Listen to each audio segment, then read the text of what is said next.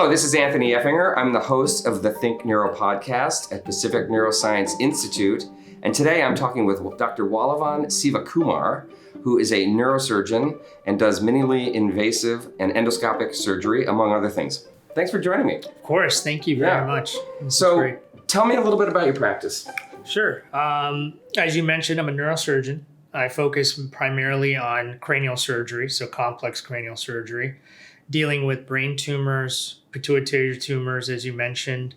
And I also do cerebrovascular neurosurgery, so aneurysms in the brain that we've talked about in other podcasts, vascular malformations, abnormal communications between arteries and veins. I take those out of the brain. And carotid stenosis, which is neck disease in the blood vessels in the neck that can cause stroke. So I go in there and sort of fix that up. When you talk about malformations in blood vessels in the brain, what are we talking about there? The brain, while it's only 1% of the body weight of the entire brain, it brings in 20% of the blood flow at any given time for the whole body. So that's really important because you're getting a rush of blood into your brain at all times. And the way that the brain takes that blood into the brain the way it's supposed to without causing catastrophic injury to the structures and, likely resulting in death is it has a very complex process where the arteries go into smaller arteries, which go into smaller arteries called capillaries. And that network is really vast and really tiny, and it decreases the pressure of the blood in the brain. And then when it goes from the arteries to the vein to drain back to the heart, it goes back into these really tiny veins and larger veins still to try to diffuse that pressure within the brain. That process is a really complex network. In arteriovenous malformations, that gets disrupted. So you basically have a big, strong, high-pressure artery going into a very weak, walled vein. And when you have that high pressure, you have the high possibility of problems. Bleeding, seizures, taking away blood flow from important parts of the brain. So you can't have that. And there are a lot of different things that you need to do to kind of fix that and reestablish normal blood flow to the brain. So you've sort of got this hose of blood coming into the brain. Correct. And it has to be under high pressure because the brain is such a vital organ. Oxygen, blood hungry organ. That's a great way to put it. Yeah. Exactly. And when you're doing that, you need to get a lot of blood flow up there, and the vessels bringing them into the brain are actually very strong. They have muscles in the wall. The arteries. Correct. They're strong. Okay. And they can modulate the pressure and sort of handle all of that flow going in. The veins don't have that. So when you don't have that, you can't modulate, you can't control, and you're at the mercy of what's going on before it gets to that point. Arteries are, give me the difference between arteries and veins. Sure. The arteries tend to bring blood, oxygen-rich blood, to a certain tissue wherever it's needed. In this case, we're talking about the brain. And once that blood gets there and the oxygen's been delivered to, a certain thing, in this case, the brain, then it needs to be removed. And the way it gets removed is through the venous system. So like any other organ, once the blood has given the oxygen to the part of the brain that it's needed, it gets taken back and it needs to go back to the heart and then to the lungs to then get refilled with oxygen. So it'll go through these venules, smaller veins, and then they'll go into these larger veins, the veins that we see on pictures of the brain. And it actually gets drained into these very large dural-based veins called sinuses. And that's where all of the veins... Dural. So dura is the covering of the brain. Okay. And the brain and the spinal cord are covered by these very complex structures called dura. And they wrap around and go around. They go over and around the brain and the spinal cord. And within them, they have these leaves within the dura that basically act as outflow pathways for the blood. So these veins drain into these venous sinuses, so vein sinuses, and send the blood back into the main veins of your neck, the internal jugular veins that I'm sure you've heard of, and then through the face and other outflow pathways. And that's the way you bring deoxygenated or oxygen poor blood back to the heart to get filled up with oxygen again. And the problem here is in the vein network. Is that where you're? It's where the arteries connect to the veins. Okay. So to do this right and to do it safely, it's a really complex interplay of getting from these large hosers to these large veins through a network of smaller vessels. If you don't have this network, that's when you run into problems. And is this congenital in many cases? A lot of them are. Is... A lot of them are. A lot of them are congenital. A lot of them are actually the majority of, when you talk about vascular lesions, aneurysms, AVMs, fistulas, a lot of them are congenital. Okay. You're born with them, and they either stay stable or they can change over time and get more problematic. And with all those things you just named, like when you say an aneurysm, you're talking about a bubble. Bubble. Yeah. A weak spot where the wall in the vein, or an artery, right? It's mostly in the artery, correct. Okay, in the artery. Yeah. Because of that high Bubbles pressure, out, right. You hit the weak spot, and then it bubbles out. And once it gets past, like a balloon, I was blowing up some balloons from my 1-year-old's birthday, and I found this out the hard way. If you blow it past the point where the artery can handle, then you can get a burst from the blood vessel. And when you're getting, like I mentioned, 20% of the body's blood flow at any given time, if one of these arteries bursts, you're talking about a lot of blood flow going into a place it's not supposed to, and it causes a tremendous amount of problems. Brain damage, right? Brain damage, mostly, actually a lot of death as well. 30 to 50% of patients who have a ruptured cerebral aneurysm will actually die immediately. Yeah, it's a catastrophic, devastating injury. And then, if you can survive this injury, 30 to 50% of those patients who can survive this actually will die in the first 24 hours. So we're talking about a 60% or so death rate within the first 24 hours. And what is the incidence of this? It's kind of high, isn't it? It's surprisingly high. Yeah. I know a lot of my partners have talked about this. There are a lot of patients walking around with these cerebral aneurysms. It's upwards of 3% of the population are walking around with some sort of vascular malformation like this. That could one day become a catastrophic failure of this system. Correct. Okay, so what do we do? Should we all go get brain scans? It's a great question. And when I talk to patients about this and when I'm doing this counseling, the important thing to note is the majority of these lesions don't rupture. And it's actually more risky to go into these lesions and treat them than it would be to let their natural history go. So I'll take a step back and say, we can't with 100% certainty tell you exactly which one of these malformations are going to cause you a problem and which one you're going to go through your entire life with and then, naturally pass away without having any issues happen. And just die with it instead of from it. That's correct, exactly. And so we do the best that we can. And there's been tremendous research over the last 60, 80 years looking at large center studies of patients who walk around with these vascular lesions or aneurysms like you're talking about. Very large population-based studies. And we take the results of those studies and who ruptures, who doesn't, and they make these large databases and these calculators. And you take a specific patient's risk factors and you put them into this algorithm and you do your best to calculate a relative risk of having one of these things rupture over a patient. What are the risk factors there that you're plugging in? It's a great question. And it's not, one size fits all. So that's where the nuance of this patient counseling comes in. And it's the majority of what I do during my counseling of patients. Certain things you can do things about, certain things you can't. And every patient is different. So it's important to get the individual evaluated. Specific things that we're talking about that I look for in patients, females tend to have a very slightly higher risk of aneurysm formation and subsequent aneurysm rupture. It's felt to be hormonal. The exact cause of it is unknown. Interesting. You know, when we were talking about earlier, patients who have a congenital history, they have, or a family history, I should say.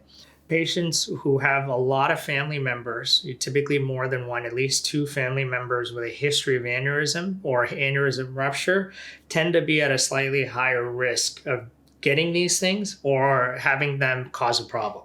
Okay, so look for your family history. Correct. So it's important to know that. Those are two things you can't really do much about, obviously. The things that I tell people, hey, look, this is what you have to control, even if you're young, even if you're healthy. Blood pressure. Yeah. High blood pressure makes sense. If you have that problem, like I'm talking about, 20% of the blood flow hitting the blood vessels hard, every second of every day of your life, that can lead to problems. And it's one of the major factors that cause problems throughout the rest of the body as well. And the brain is no different. Sure. And so you have to keep tight blood pressure control, even if you don't feel like you're having any problems.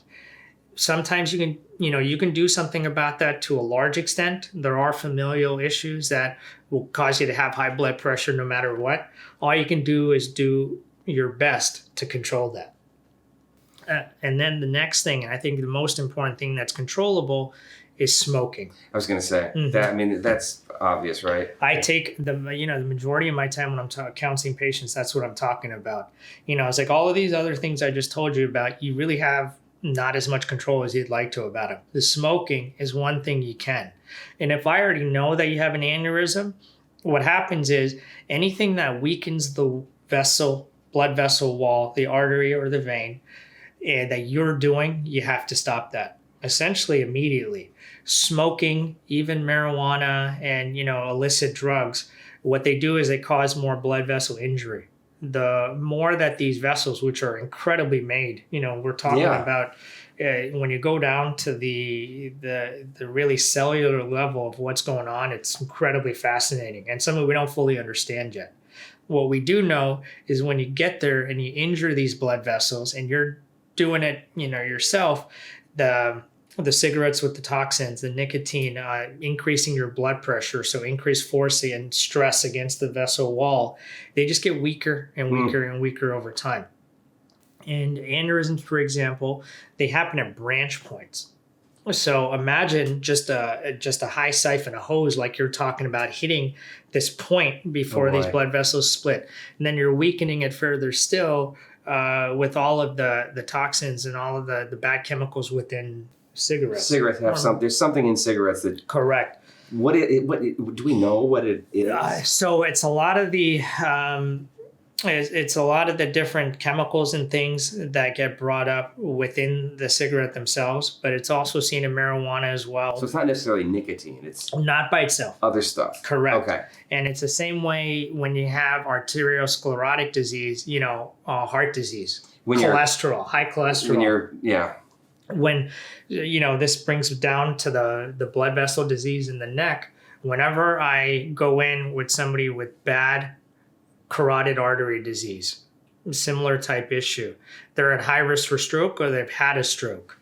What I do is I make a small incision in their neck, dissect down to their carotid artery, and actually open up the artery. Every time we open it up and look in it, the whole OR is amazed at what can be inside your blood vessels if you don't take care of it.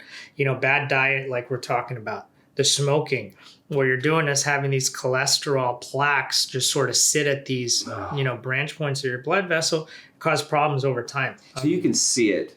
You can see an unhealthy vein or artery. Mm-hmm. It makes me feel bad that when I finish that case and go have a chicken sandwich, because you know what's happening there. Life is about moderation. Yeah. But it really gives you a lesson on what actually has happened to your body, and as you develop an appreciation for how intricate it is. And the brain is the most amazing machine in the world. Yeah. World, I think, universe. Yeah. And when you see that, and then you see what we have control over to do it, it really just makes you think, and it's eye-opening. And now a message from our sponsor. The Think Neuro podcast is brought to you by Pacific Neuroscience Institute Foundation, a nonprofit 501c3 organization. If you're inspired by what you hear and wish to support our mission of education through innovation, please visit pacificneuro.org/foundation. Is it true that I've heard other people say that when they open up a smoker versus a person who doesn't smoke in surgery, it's much different? 100%. Is that true? Separate from the fact that the risk factors from, even undergoing surgery are so much higher with people who are obese, people with significant heart disease, pulmonary disease, smokers. I'm sure you've seen those pictures of smokers' lungs. We grew up in, if you went to public school, you've seen those pictures of these lungs, or any school, I'm sure. You see a smoker's lungs versus normal. That's exactly what happens. So extrapolate that to just having so much more gunk, calcifications, disease inside the blood vessel, and that's a lot smaller than a lung. And when everything needs to be so finely tuned, we're talking about the highest performance vehicle out there, your body. And everything needs to be running in optimal fashion. Anything you do to injure that, you really should consider what it's doing to everything. I just became a vegan. Oh, right now. No, That's great. In this conversation, I should. I feel like that. I'll tell you, it's a struggle I have every single day. I see these patients, I go back, I think about it. I'm getting older, I'm starting to have kids, and I'm like, I really should take better care of myself. Starting to exercise more. I have a patient. You asked me to think about some personal patients. Yeah. I have this 97-year-old incredible guy who, 97, mind you, came to me directly from LAX after being on a business trip for the company that he owns in New Zealand. And he started talking about a headache maybe 3 to 5 days before the flight, went to the emergency room over there, got a CT scan, everything was normal, does his business trip, and then is flying over, back to Los Angeles, and then in mid-flight starts complaining of severe headaches, and then becomes completely unresponsive, unable to communicate. Gets to LAX, and my hospital, Providence Little Company of Mary in Torrance, is the primary center in the vicinity of the airport. So we get a lot of patients who come directly from the airport when they have these in-flight problems. Get brought in, has a giant bleed in his brain. Oh my A gosh. tremendously large subdural hematoma. He can't communicate, 97 years old. The reason I'm bringing this up, I'm talking, I have a long conversation with the daughter talking about how this is, very likely to be catastrophic and very likely to, to kill your father. And even with surgery, there's a high likelihood of death because of all the risks of everything and how he looks at that time. Also, he's on blood thinning medications, so the blood is not clotting and stopping as we speak. So the blood is actually getting bigger as the bleeding is getting bigger as we speak. She tells me the story about how he went plant-based 20 years prior, and he is the highest functioning person that she knows. Still running his own company, still doing international travel. Would never have considered this before. I take him to the OR, do one of these minimally invasive craniotomies that you've heard about. Craniotomy meaning Removal of the bone. Taking a piece out of your skull to get in there and fix this. To try to take out that blood that's very thick and tenacious and take the pressure off of the brain. This was 3 years ago. I saw him in my clinic last week. He, after the recovery, and I'm talking about somebody who was paralyzed on the right side and unable to speak, went back to work within about 6 weeks after surgery, fully back to running his business, spends a tremendous amount of his time doing philanthropic work. And he came into my clinic with more energy than me. And he filled my clinic about 3 months after surgery with these books about the plant-based diet. The China study, for anyone who's interested, is one of the largest studies that talks about the benefits of the plant-based diet. And this is why. This is amazing. Why. It is. He was almost a goner when he got off that flight. And it was a very controversial thing to take him because of his age, because of how bad he looked, and the high risk of having something happen even worse in the operating room. So it was a question as to whether or not you were even going to... I felt like I shouldn't take him when I first saw him. But you did. I did. Yeah, exactly. Incredibly thankful that I did. But we talk about how every single patient is an individual, but then you try to talk about these blanket general population recommendations that you're given, like you just asked me. Going plant-based, going vegan and stuff. I think about this every day when I, see patients like this. Yeah. So we're sitting here in Santa Monica, but you work in Torrance. Tell me why you're down there. That's right. So I came into P&I, or came around P&I in 2015 as Dr. Dan Kelly and Dr. Garni Barkadarian and Dr. Chester Griffith's fellow. So I did a fellowship in endoscopic skull base and pituitary surgery and minimally invasive cranial neurosurgery. I know during these podcasts we talk about these minimally invasive brain surgeries, but it's actually very rarely done in the general community.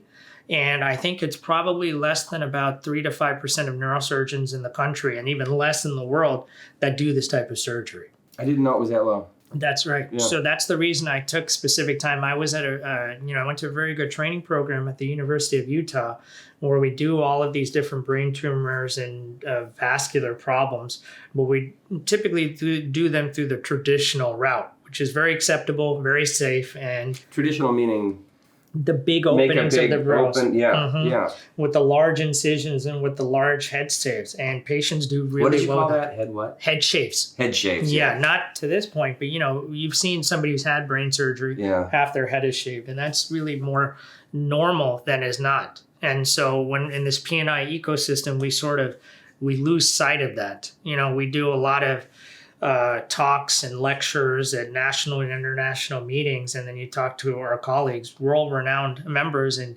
that's still what they're doing, because it's a very appropriate way of doing things. We just have a different philosophy, and I personally think the better approach, if you can do it safely in the majority of cases, is the keyhole way, using the keyhole concept. Which is, describe that. So using minimally invasive approaches to the brain to allow for less smaller skin incisions, less muscle manipulation, less bony removal, and less manipulation of the brain to allow for what we consider less collateral damage to the brain. Getting to the pathology, getting to the problem, dealing with it in its entirety with as little disruption as possible. And we feel that the less you disrupt the brain when you're doing some of these things, the faster somebody recovers and the better they do. Sure. So that's our philosophy here at P&I. So I got you off track. That's right. Why? So why Torrance? Why Torrance? Yeah. So I did this fellowship. Yeah. I learned this. And I had been talking with Dr. Kelly about possibly coming back to P&I when I graduated and did my training. We have a full complement of team members here in St. John's Hospital. And Providence, as a system, for anyone who doesn't know, is actually one of the largest not-for-profit health systems in the country, third biggest actually, and has 60 hospitals from Alaska all the way down to Texas. In Southern California, there's actually 11 Providence hospitals down here. And we see more neuroscience patients than any of the other health systems, essentially most of them combined. Interesting. But until 4 years ago, 2017, there wasn't a unified way of managing the 11 hospitals throughout the system. So the regional leadership said, we want to have a more comprehensive, coordinated approach to neuroscience within our 11 ministries. They came to Dr. Kelly, they came to Dr. Griffiths, Dr. Kasari, and Dr. Kraus and said, we want you to lead the neuroscience efforts across the region. And at the same time, St. John's sister hospital, Little Company of Mary in Torrance and in San Pedro, were really trying to make and develop a comprehensive neuroscience program the way we have here. So Dr. Kelly asked me to come back to lead those efforts in building the neuroscience program at Torrance. And geography matters here, right? It really, really does. Tell me why. So, Los Angeles is a very large city. And as everybody knows who lives here, getting around the city is probably as hard as it is anywhere in the world. And historically, for the last 60, 80, 100 years, anybody to have any kind of major complex neurological issue has had to leave the South Bay, which is a group on a large area of about 2 million people. So those patients have had to leave to either go to your Cedars-Sinai or UCLA or USC or even down to Irvine to get comprehensive neuroscience care. So you've got somebody with a major, say, Stroke, for example. yeah, or aneurysm, Yeah. and time is brain. And that's the mantra we use in the field. Anytime somebody goes without normal blood flow to the brain, either from a bleed or either from a clot that lodges into one of the arteries of your brain, every minute that you go without normal blood flow, there's about 1 million to about 2 million brain cells that die a minute. Yeah. So imagine that many brain cells dying per minute and then a 60-minute ride from Torrance up to the west side to get care. So there was a need. There was an obvious need. The hospital reached out to the system, which reached out to the regional leadership, which reached out to my bosses and said, we need you to do what you did here, down there. So then Dr. Kelly asked me to sort of take everything we learned over here and apply that to Little Company of Marion Torrance. So now there's And care that's what we've closer. been trying to do. Yeah. Exactly. For example, before we got there in 2017, there were about 60 to 80 brain surgeries being done a year. Less than that. Less than 60 brain surgeries being done a year at that hospital. And because they were all going elsewhere. all being brought Yeah. up because of the complexity of brain surgery, all the things Sure. that are needed, from the surgeon to the operating room to all of the care that needs to be done to the patient afterwards. And now how many are you doing now? So now we are the 4th or 5th busiest brain surgery center in all of LA County. From Wow. less than 20 into that. And what that means, yes, we built this program that did that, but I think it speaks more to the need for comprehensive neuroscience care down in that area. Sure. You're talking about 2 million people. It's a huge area. Huge area and a very proud community who, many of the people have lived there for 40, 50, 60 years, and they're very proud of that area, and they wanted to see the highest level of care being dealt with or given to the patients of that community. Sure. Both all the sets of patients with, all of the resources in the world, and patients who are less fortunate and who, rely on sort of the county system. The reason I came to join this group because of the Providence mission and the P&I mission is when we get in to see a patient, it doesn't matter to us if it's somebody on the LA Lakers or somebody who's homeless off the street.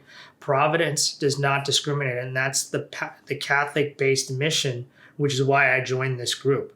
So you have the full spectrum of patient, and you have the full spectrum of neurologic disease. I don't have to ever think about that when I go in to see a patient, which makes my job easier, where I can focus on higher level things, which is my hope, which is why I joined, and why my hope that I can sort of build this neuroscience system, for the rest of my career. And I don't have to look elsewhere Fantastic. while being a minute and a half away from the water. Yeah. So now you told me you've been up all night. Yeah. What were you Busy doing? So, like what we're talking about here, the reason they needed us to come to the hospital is because for whatever reason, the South Bay sees a disproportionate number of strokes compared to just the general population. Why that is, I don't Well, there's know. another reason you need care there. Direct care in that area. That's what they need. Exactly. Okay, so anyway. So we had a patient with a very large bleed and started to decompensate. So we were working on What's the that patient. It started getting worse Okay. from the bleeding Okay. overnight. They were in our dedicated neurocritical care unit. So I'll take a step back and say there's the intensive care unit. And for larger neuroscience programs, they have dedicated neurocritical care unit with dedicated intensivists who only focus on the brain and the spine, and specific nurses who are specially trained in dealing with issues related to the brain and the spine, with a higher level monitoring of the brain and different technology that you use to basically save more brain. Yeah. I had a patient last night who ran into some trouble. We thankfully got him out of that, but it took the majority of the night. It did like 5 or some odd hours? Or? Yeah, about 8 hours. Well, And 8 hours? Yeah, to manage it and troubleshoot issues, and I'm hoping the patient gets better. Gets better. Mm-hmm. Well, I appreciate you coming in after a long night like that. No, of course. And It's my pleasure. you're doing you're doing really well. If that were me, I wouldn't be able to form a sentence. So. It's neurosurgery is, I think, I'm a little biased, granted. I think it's the most interesting thing you can do, and there really is never a dull day or moment, actually, and you never really think about being tired when you're in there. There's always something going on. It's the sickest patients that there are. It's the most exciting. It's the least known about, and I think the most rewarding. Yeah. Stories like the one I told you, Oh my about a gosh. few minutes ago. Yeah. You just walk around excited all the time. Fantastic. Dr. Sivakumar, thank you for coming in. Of course. It was a It's my delight. It was pleasure. really a pleasure. Thank you so much. Yeah. Thank you for having me. Yeah.